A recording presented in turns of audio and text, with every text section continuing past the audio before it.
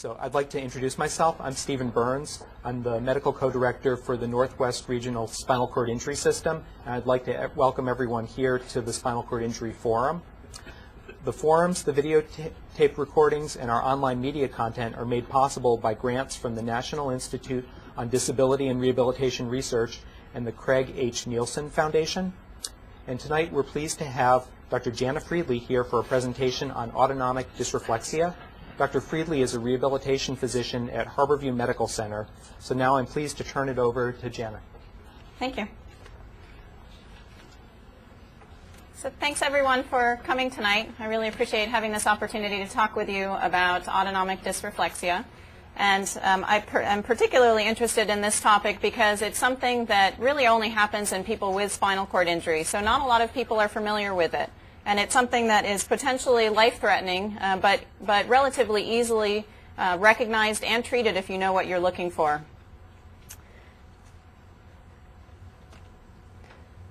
Oops. So I first want to acknowledge the Paralyzed Veterans of America and the Consortium for Spinal Cord Medicine. They publish these handouts, which are excellent. There is one for consumers, so folks with spinal cord injury, as well as family, friends, and attendants. And then there's one for healthcare professionals to be able to really understand what dysreflexia is all about and how to manage it. If you go to their website, you can purchase these, and there are medic alert cards that you can carry around with you, and we'll talk a little bit more about that at the end. So what is autonomic dysreflexia? Basically, autonomic dysreflexia is an abnormal response to a problem somewhere in your body below the level of your spinal cord injury. And the reason that we're so concerned about it is that it can be life-threatening and it needs immediate attention. So basically, because of the spinal cord injury, your body doesn't respond properly to signals that something is wrong. Instead, your body may develop a sudden rise in blood pressure, and this can cause a stroke, seizures, or death. So who's at risk for spinal cord injury? Persons with spinal cord injury at or above the level of T6 are particularly at risk for this. And persons with complete injuries are more likely to experience autonomic dysreflexia. So you can see at T6 level, so right around the mid-back level. So anybody who has a complete spinal cord injury above that level is at risk for developing autonomic dysreflexia. And we know that some people get it a lot, other people get it once in a while, and some people don't get it at all, even at that level of spinal cord injury. And we don't quite understand why some people get it more than other people. And some people get mild symptoms and other people get very severe symptoms. There has been some recent research that has tried to understand why some people are at risk for this. And there's some indication in animal studies that it may have to do with some of the sensory nerve regrowth or regeneration right at the level of the spinal cord injury. And people who have more of that regrowth and regeneration may be at higher risk for dysreflexia. So normally, when you have something that is painful, so you stub your toe, or you have some abrasion on your leg that's painful, your normal body response is that your blood vessels narrow and they squeeze down. And this causes your blood pressure to increase. And that increase in your blood pressure causes signals to be sent up to the brain that indicate that you're having pain. And then your brain sends messages down through the spinal cord back down to the blood vessels to tell them to open up and widen. So your blood vessels open up, and then your blood pressure decreases. But in spinal cord injury, when you have something that is bothering your body below the level of the injury, something like an ingrown toenail, something that is causing pain, and we'll talk more about some of the causes of dysreflexia in a little bit, the same thing happens. The signal gets sent up to your brain that you're having pain, but it can't quite get to your brain because of the spinal cord injury. The blood vessels narrow down, your blood pressure increases, and then your brain can't send those messages back down through the spinal cord to tell the blood vessels to open up. And so the blood vessels continue to narrow and squeeze down, and your blood pressure continues to increase. And then as your blood pressure increases and increases, you're at risk for having a stroke. This is, I know, a complicated picture here, but it's really a diagram to show you exactly what's happening in your nervous system when this happens. So you can see down here at the bottom of the picture, any kind of noxious stimulus, anything that bothers your body, like a full bladder, being impacted or constipated, having skin breakdown, anything that causes pain or normally would cause pain, sends signals up through your spinal cord and reaches the sympathetic nervous system and the nerves in the sympathetic nervous system that are down in the lumbar and thoracic region below the level of your injury. And those nerves send out signals to all of the blood vessels. Oops, not sure what's going on there. To your blood vessels and cause them to squeeze down and your blood pressure to increase. And when your blood pressure increases, signals, baroreceptors or sensors near your brain and your heart sense that your blood pressure is too high and tells your heart to slow down and stop beating so fast to try to bring your blood pressure down. Your brain also notices that your blood pressure is too high and sends signals down through your spinal cord to try to open up those blood vessels. And because it can only reach down to the level of your spinal cord, the blood vessels above your level of injury open up, and they can cause you to be flushed or red or blotchy. But they can't reach down to where most of the blood vessels are in the core of your body, and so your blood pressure continues to go up and up.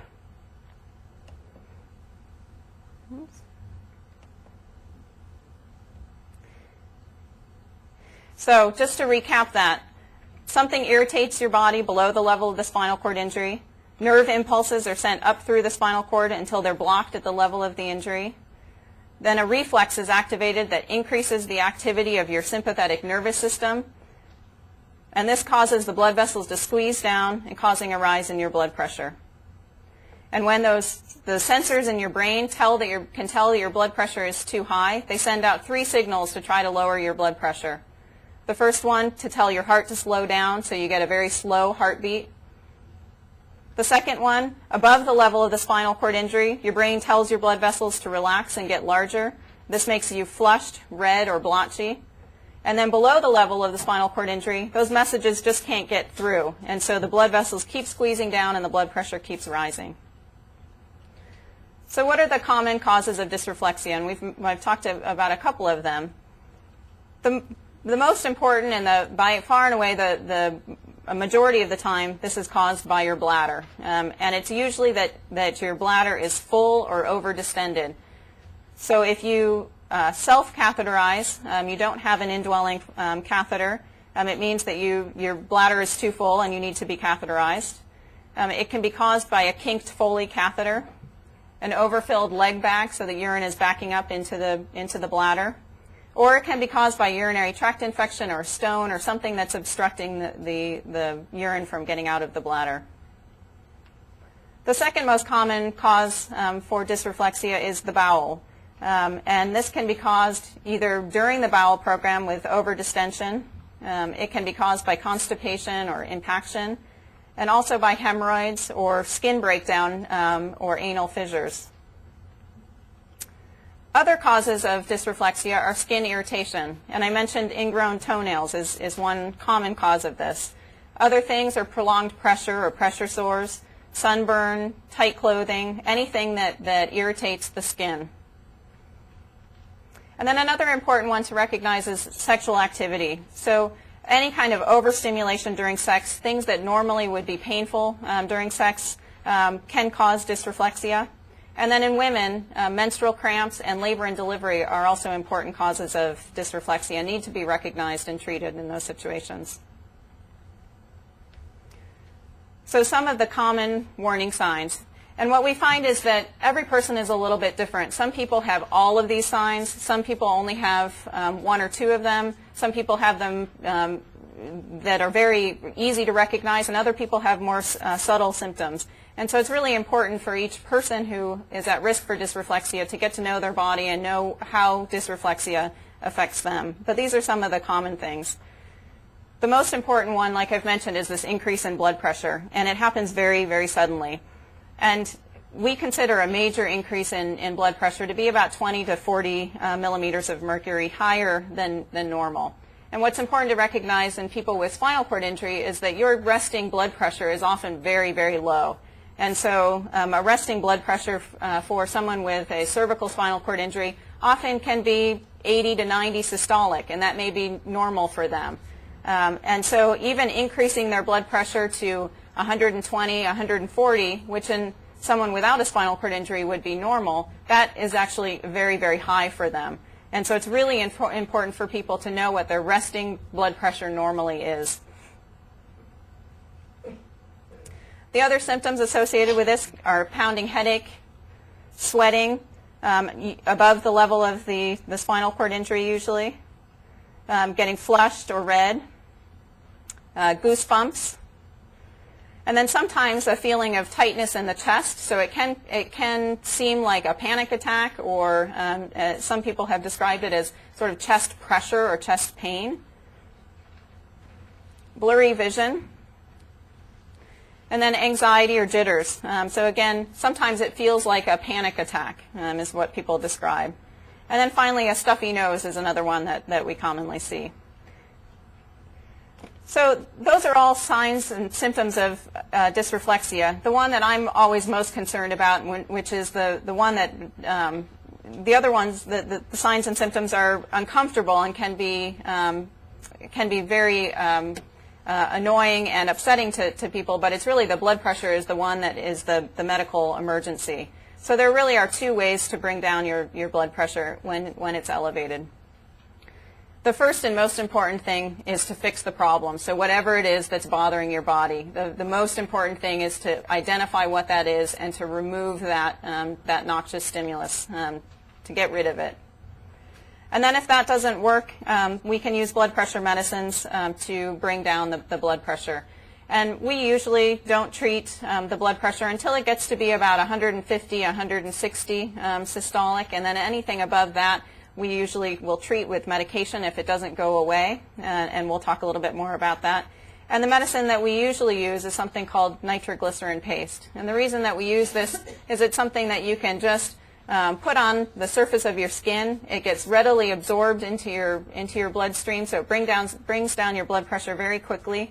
And then as soon as you figure out what the problem is and the dysreflexia goes away, you can just wipe it right off, and the medicine is no longer working in your system. So it's something that we can easily use quickly, but then get rid of it when we don't need it. So what do you do if you have dysreflexia, if you have some of those symptoms?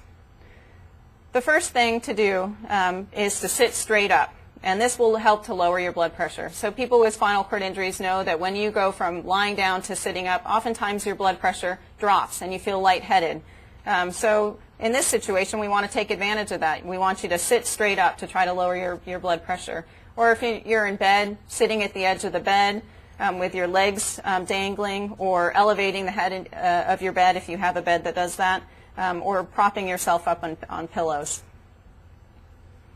And next, very quickly, remove anything that's tight or that may be causing pressure. So if you've got an abdominal binder or elastic hose or bandages on, take those off. Check your Foley catheter and the leg bag straps, make sure that they're not too tight. And then if you're wearing any tight clothing or shoes or braces, take those off. The next thing to do is really to check your blood pressure every 5 minutes. And again, it's really important for you to know what your baseline blood pressure is in this, so that you can compare how elevated your blood pressure is from your normal.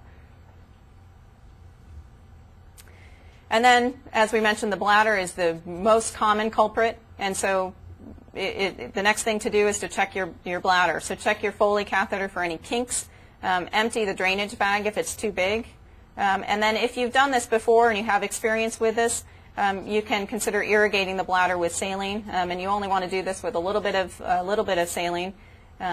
But this may, if there is something that's blocking inside of the Foley catheter, that might be enough to dislodge it and allow the urine to flow. And then if you don't have a Foley catheter and you use intermittent catheterization, the next thing to do would be to catheterize your bladder. And if the catheter doesn't pass through and you're still having symptoms, the most important thing to do is really to get help right away. After you've checked the skin and the bladder, the next thing to do, if you suspect that your bowels might be a cause, if you've been not having good results with the bowel program for a few days and you know that you're backed up, you can try to do a bowel program, but you have to be careful. Like I mentioned, sometimes doing the bowel program in and of itself can cause dysreflexia, so you want to make sure to use an anesthetic gel for the digital stimulation.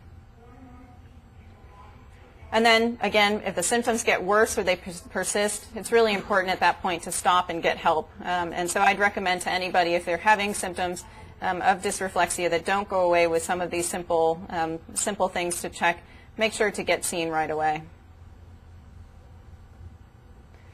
And then if the symptoms do go away, the other thing that's important to do is to write down what symptoms you had and what you did to fix the problem, because oftentimes this is what is going to happen in the future. So we know that if people typically have symptoms of dysreflexia from their bladder or during their bowel program, it's often that is what their trigger is in the future. So it's important to keep track of that and also to keep track of the symptoms that you experience.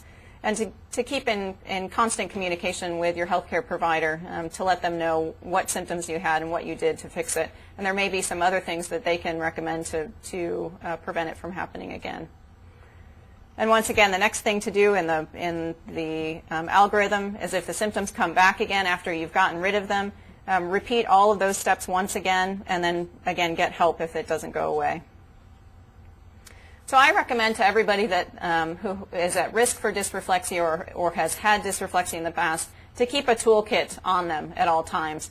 And so keeping a toolkit in your chair bag is a good idea. And this would include keeping a dysreflexia instruction card, either the ones that you can purchase through the Paralyzed Veterans of America. There are other examples of these. At Harborview, we have these cards, and I'm happy to give these out as examples. They do have Harborview's phone number on here, so if you're not in the system at Harborview, it may be may not be the right card for you, but this is an example of a card. And this just is something that will help to explain to healthcare providers that are not familiar with dysreflexia what to do. And I've seen this a number of times, that people who, particularly physicians and healthcare providers who are not familiar with spinal cord injury, may not know what dysreflexia is.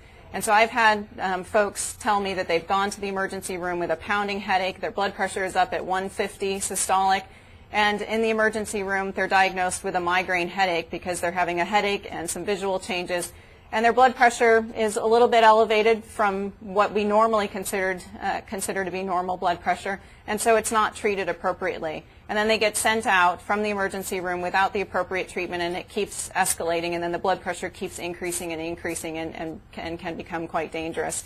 And so it's really important for people to let the healthcare providers know that dysreflexia is something that you're prone to. I also recommend that people keep a medical card with identification. This is obviously important for a number of reasons, but keeping a card that has your medical issues, your medication list, and your normal blood pressure on there. I recommend that people buy a blood pressure cuff if you're at risk for this, and keep it with you. And they have a number of blood pressure cuffs that are low cost and relatively accurate that you can purchase at any pharmacy. And then keep supplies with you so that you can catheterize yourself if you need to, or keep an extra Foley catheter and insertion supplies if that's relevant for you. And then if you do experience dysreflexia and your physician has prescribed for you nitro paste or another medication for your blood pressure, make sure to keep that handy as well so that you have that at all times. And as with most things in spinal cord injury, prevention is really key. And since we know what some of the triggers are for dysreflexia, it makes it easier to know what to do to prevent it.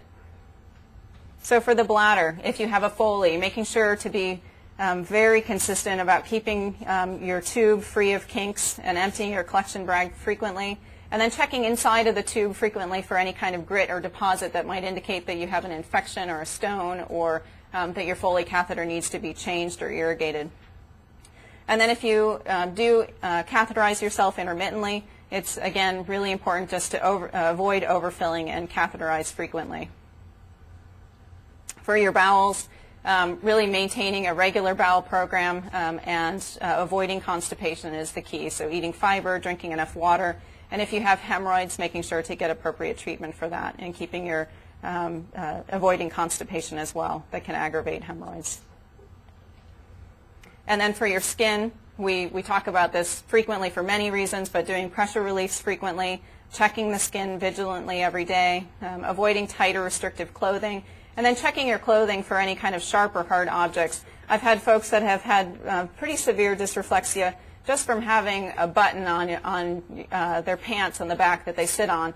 And just that irritation from the button itself is enough to cause dysreflexia. And so making sure that you wear pants that don't have buttons, or if you're at risk for this, or cutting the buttons out, things like that.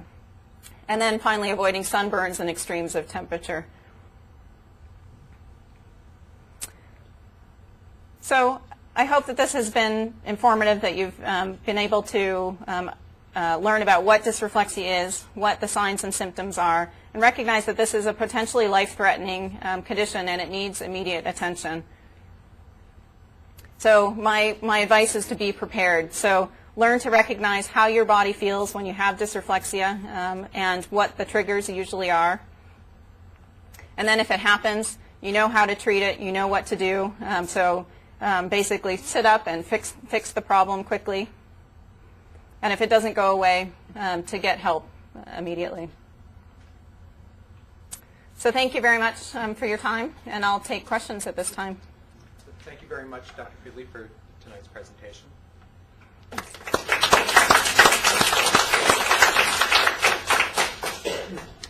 And so now we have some time for question and answers from the audience if anyone has questions. Just a reminder, please repeat the question so everyone can hear. Okay. What's the shelf life of nitroglycerin paste? That's a great question. The question is, what's the shelf life of nitroglycerin paste? And I recommend that people don't keep their nitro paste for more than 6 months. And so I think it's a good idea to make sure to get that refilled after about 6 months. I don't know if you recommend anything differently. I think similar.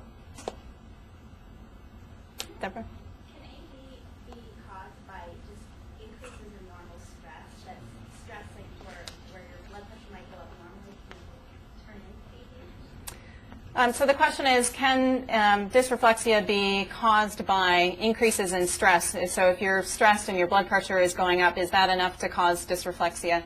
I haven't seen that. Typically, there are some times where people will get dysreflexia and we aren't able to identify what the cause is, so we'll do an exhaustive search to try to figure out what it is that is causing it, and we're not able to do that. But most of the time, it's something physical and something that is typically causing pain. So that may be something like an increase in spasticity or an increase in neuropathic pain or something else that I didn't mention. So there may be some other causes for it, but typically it's something physical that's below the level of the injury that causes it. What's the effectiveness of this nether chemical that's described by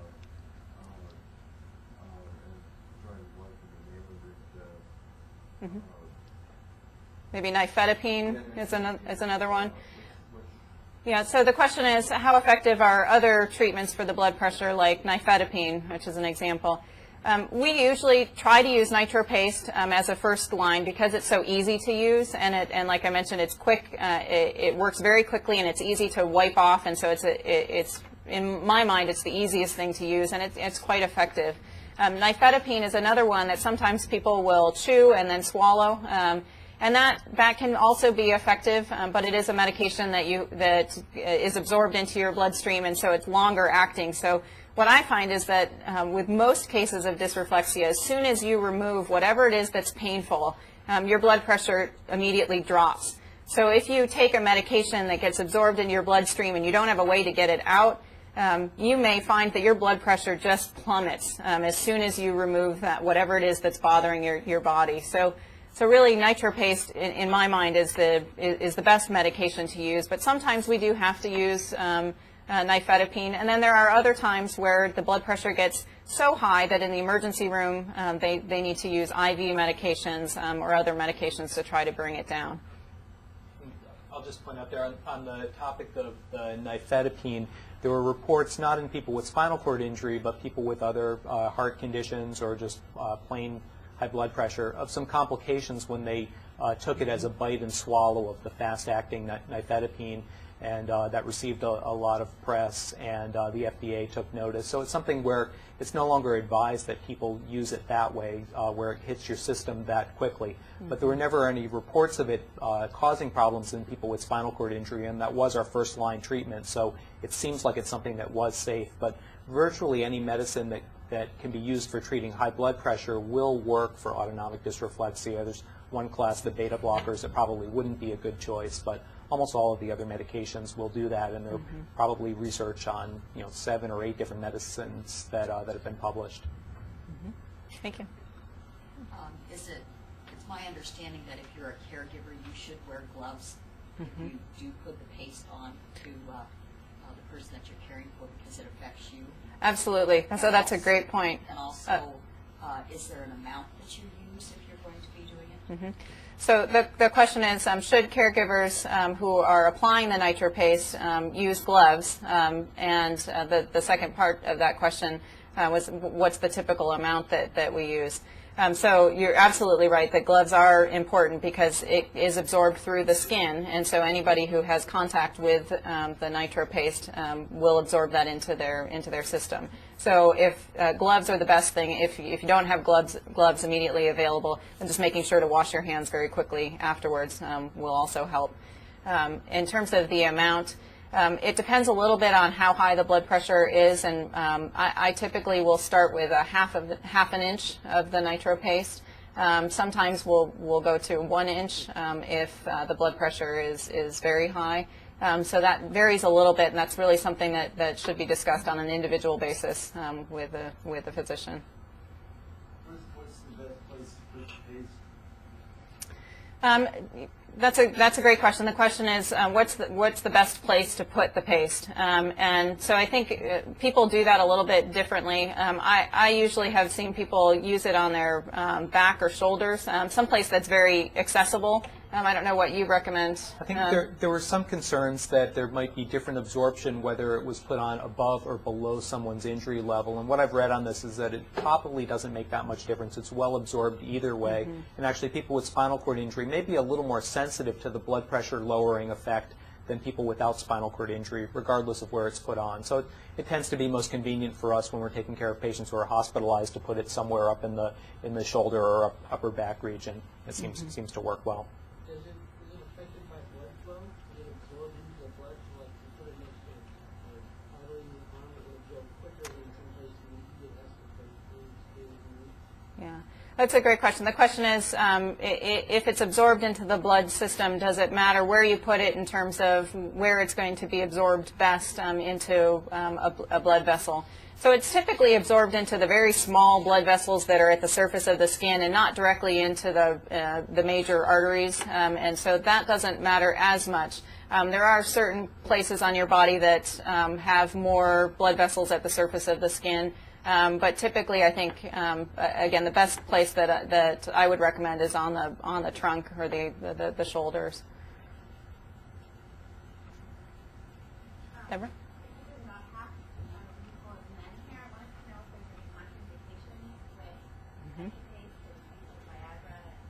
Yeah, and so that's a great question, Deborah. The question is there contraindication with the use of nitro paste and Viagra?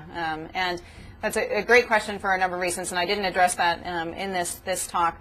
But as I mentioned, sexual activity in and of itself can cause dysreflexia, and a lot of folks use Viagra or medication similar to Viagra to help with erectile dysfunction.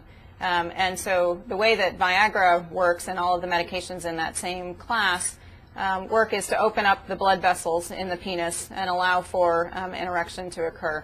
And so it works in sort of a similar way as the nitro paste by opening up the blood vessels, dilating the blood vessels. And so if you take those two together, you can have a real sudden drop in your blood pressure that can be dangerous. And so we recommend that you do not use those two in combination. And really, if you've used Viagra within the last 24 hours, you shouldn't be using nitro paste. So it's important to let both your, if you are presenting in an emergency room or to your physician or a healthcare provider with symptoms of dysreflexia and you've used Viagra, to let them know that. And it may be that you need to use an alternate blood pressure medicine. Yeah. Well, I guess it's T6 and up that are prone to it. Have Mhm. you seen it that Hello. much lower, is it? Between T6 and T10, I have seen people get dysreflexia, and so I think there's just a little bit of a difference in anatomy in some people. The major reason that it occurs typically only above the level of T6 is that sympathetic nervous system, all of those nerves are below the level of T6. But that's a little bit variable, so it could be anywhere from T6 to T10. So I have seen that. I don't know, have you seen it lower than T10? I haven't seen it lower than that. It has been reported slightly lower, and it seems like it's things that are very noxious stimulation, so things that would be extremely painful if you could feel them. So some of the bladder procedures performed by urologists, that's the thing that's been primarily reported, but it's really a minority of people at those injury levels who are susceptible to it, even with a very noxious stimulus. Mm-hmm. Over-distension during the bowel program, what exactly do you mean by that? Well, so if you have if the rectal vault is over distended with stool or during digital stimulation, if you are over distending the anus, sometimes that stretch can cause dysreflexia. So something that would normally be painful, if it would be painful for someone who had normal sensation, then that might cause dysreflexia. Okay. Well, thank you again for presenting tonight. Thank you. Can you also effective AD? Like if you've had it several times over time? Mm-hmm.